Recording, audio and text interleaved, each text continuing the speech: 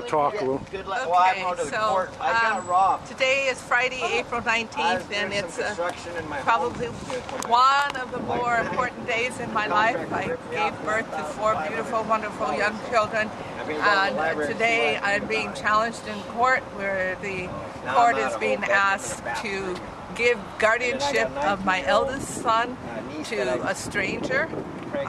Not only are they asking to give guardianship to him, but they're also asking for a protection order, which would basically make it a crime for me to be a mother to my son.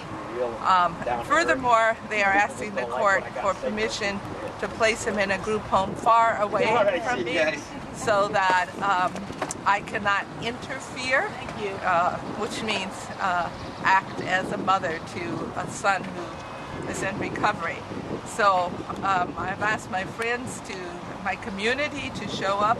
Our organization is about creating communities where hearts heal so that we are not dependent on strangers, whether they be guardians or foster homes, juvenile detention centers or jails, to help our most vulnerable loved ones to recover.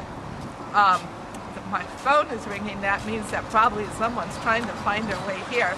So I'm going to answer it very quickly here. The concern that they have with me is that I have been advocating for my son for low or no dose and trauma-informed, culturally sensitive care.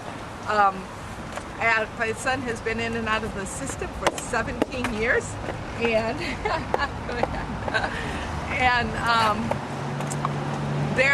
the claim here, the court claim, the hospital claim is that they need to get a new guardian because I have not been very supportive of their treatment model, which has been drugs and more drugs and more drugs, and involuntary commitments. And this is pretty much the history of the U.S. medical model when we look at how it treats and supports recovery and mental health.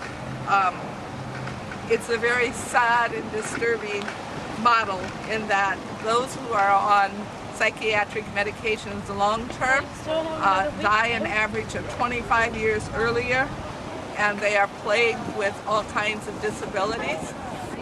And my son is a perfect example of that.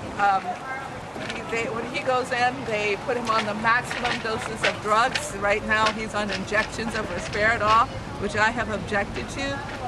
He has developed diabetes, insulin-dependent diabetes.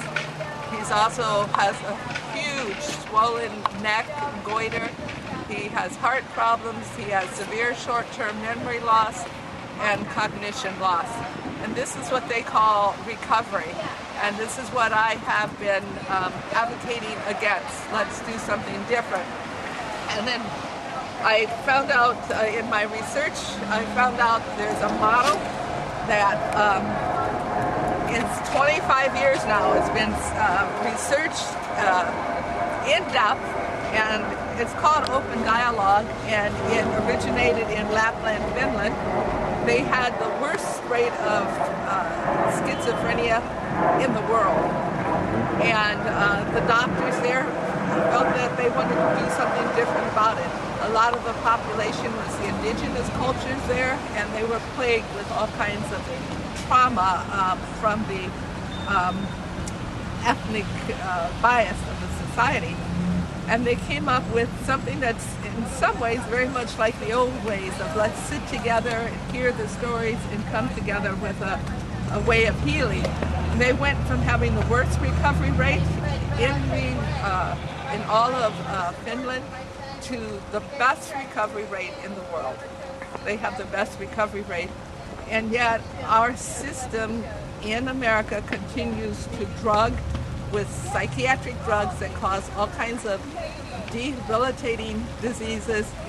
And they keep, my son's been locked up for over a year now. They have him, as I said, on injections. And this is what they're fighting, so that they can keep doing this without my interrupting their treatment of my son. So ask my community, my friends. These are all my friends here. You might want to do a scan, Terry. There's these folks here to support me. Pouring down rain, and yet they've shown up. We're getting ready to go inside.